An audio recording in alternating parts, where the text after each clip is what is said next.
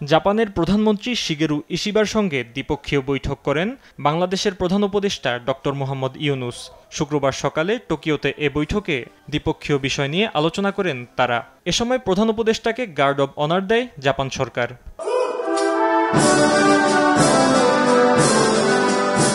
বৈঠকে ৬টি সমঝোতা স্মারক সই হয়। চুক্তির আওতায় টোকিও ঢাকাকে বাজেট সহায়তা, রেলপথের উন্নয়ন এবং অনুদান হিসেবে মোট $১.063 বিলিয়ন সহায়তা দেবে। এছাড়া বাংলাদেশের অর্থনৈতিক সংস্কার এবং জলবায়ু স্থিতিস্থাপকতার জন্য $৪১৮ মিলিয়ন উন্নয়ন নীতি ঋণ দেবে দেশটি। এ সময় বাস্তুচ্যুত রোহিঙ্গাদের আশ্রয় দেয়ায় বাংলাদেশের প্রশংসা করেন জাপানের প্রধানমন্ত্রী। বাংলাদেশে চলমান রাষ্ট্রীয় সংস্কার ও ইউনূস সরকারের প্রতি পূর্ণ সমর্থন জানান জাপানের প্রধানমন্ত্রী। এ সময় ইশিবাকে বাংলাদেশ সফরের আমন্ত্রণও জানান প্রধান উপদেষ্টা।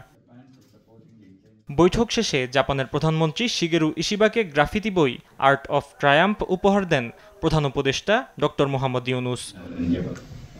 পরে শীর্ষ জাপানি প্রতিষ্ঠানের নির্বাহীদের সঙ্গে এক গোলটেবিল আলোচনায় নতুন বাংলাদেশ গড়ায় বাংলাদেশে আরও বেশি বিনিয়োগ করতে দেশটির কোম্পানিগুলোর প্রতি আহ্বান জানান প্রধান উপদেষ্টা।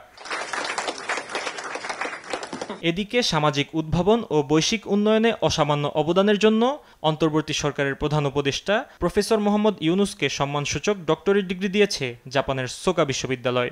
You are born as an entrepreneur, as a creative person. It's the essence of human being is creativity. If you don't have creativity, you are nothing. পরে জাপানে বাংলাদেশ দূতাবাসে প্রবাসী বাংলাদেশিদের সঙ্গে মতবিনিময় করেন প্রধান উপদেষ্টা। ফাহিম ইউসুফ, দেশ টিভি, ঢাকা।